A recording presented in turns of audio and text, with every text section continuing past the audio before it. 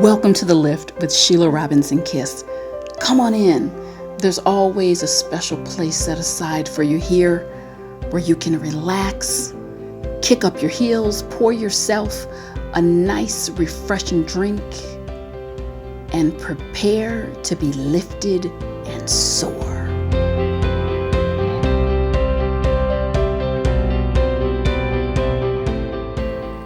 Thanks so much for joining me. Welcome back to The Lift with Sheila Robinson Kiss. I hope that everyone did well on your assignments from last time, so I'm just keeping you accountable. If you did finish your assignment from last time, which was to choose one of the decompression techniques and breathing techniques to reduce aggression, please touch the screen. Good, because I just sent you a positive blast of energy. Now, today we're going to talk about basic instinct, using the gift of fear as a powerful tool for protection for your life. I want to start out with a story. It's a cute little story. There were two rabbits just jumping around through the forest, and they came upon this beautiful deer, very calm, gentle looking deer. And the deer said to the two rabbits, "Hey, come on with me. Let's go deeper in the forest so we can play." And the rabbit looked and said, "No, I don't think I want to do that," because the rabbit had a funny feeling. And the deer said, "Well, I'm just a deer. I don't hurt anyone." And one of the other rabbits took another look and said, if you're a deer, then why am I shaking in my boots like you're a snake?" And so the rabbits shot off into the forest, and they looked back, and before they knew it, he had become a snake. But guess what? They lived to play and hop around another day. And hopefully you will too, because they followed their instinct. Instinct and the gift of fear, these are powerful tools that we can use in our lives, but they're so often ignored because we talk ourselves out of it. We want to feel nice, look nice, be nice, and so we tend to extend the benefit of the doubt, sometimes to our own demise. Now, don't get me wrong, I've done it too. I certainly have talked myself out of things, and without exception, every time I ignored that still small voice in the back of my mind that was slowly creeping to the forefront, I got raked over the coals. I absolutely do not want that for anyone who is watching this video. So I'm going to share a couple of stories with you, as well as some techniques and some questions for you to keep at the forefront of your mind so that you can engage this powerful sense called your instinct. And it's just as powerful as your sight or taste or hearing. We just don't talk enough about it. I don't want you to dismiss it, because as I've said many, many times in these videos, we live in a gorgeous world full of wonderful people, wonderful experiences, but we also live in a world where there are people that if they are invited into your life, as well as circumstances, they will degrade and destroy it. So again, I want you to pay close attention to the stories and take your notes. Now, this first story, it's a little bit of an eerie story, but comes from a client that I worked with a couple years ago, and she was lucky enough to live to tell the tale.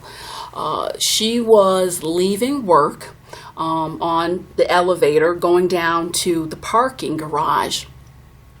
And she made it to the 4th or 5th floor, and a gentleman gets on the elevator with her. She described to me just a feeling came over her, and she heard a still small voice, "Get out of here." get out of here. She went into quick negotiation with her mind. No, that's going to be rude. Where am I going to go? How is that going to look? So she did make it to the garage. She gets out, makes it to her car. She sees the man who's in the elevator hesitate. Another woman is getting out of her car, going into the building. She's relieved, and so she drives off, doesn't think much more of it until she gets the newspaper the next day. Headline story: woman brutally beaten and raped in an elevator. Same location, same man that she saw. Actually, she ended up helping to positively ID this man.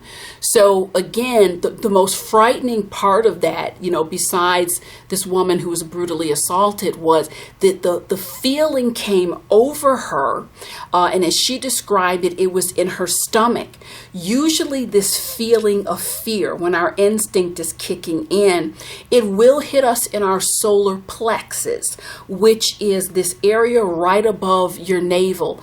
That's not true for everyone. Sometimes it may hit you in your chest, in your head.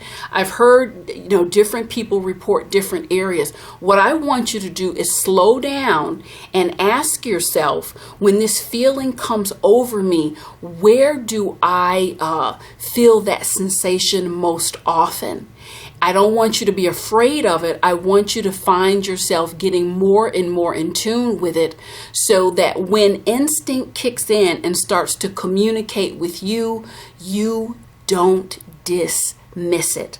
That is an alarm sounding off in your body, asking you to wake up, pay attention, and take notice.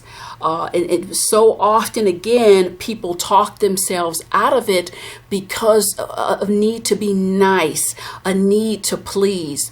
Please don't misunderstand me. I love nice people. I'm a nice person, but I will tell you that there are so many nice, kind people stuck in bad situations because they have gone against their base instinct. Hear me and hear me well.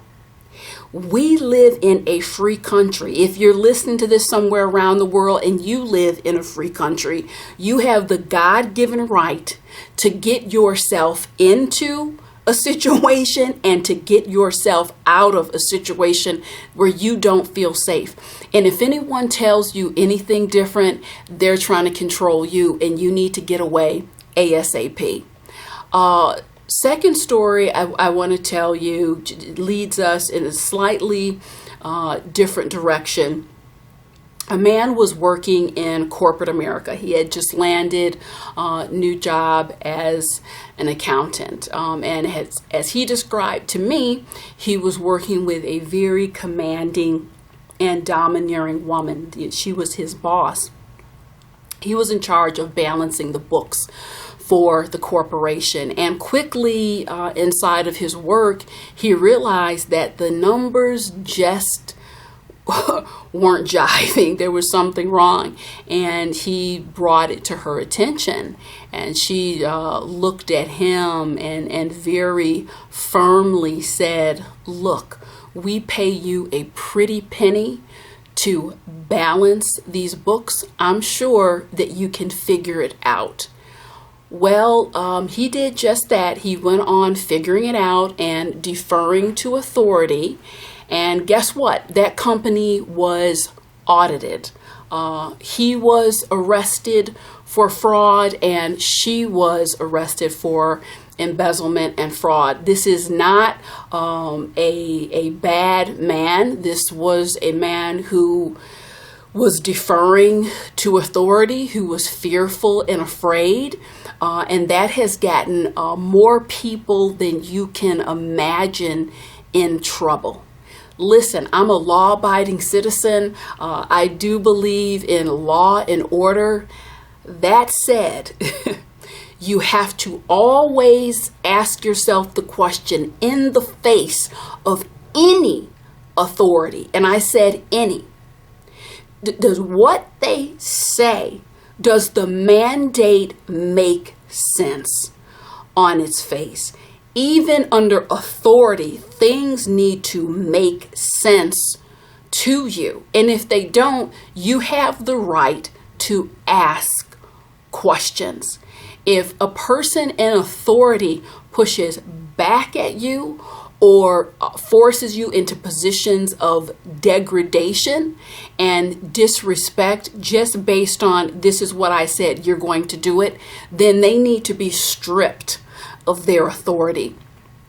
Look, if you're watching these videos for a while, you know that my sole intent and purpose is just to keep your life lifted up.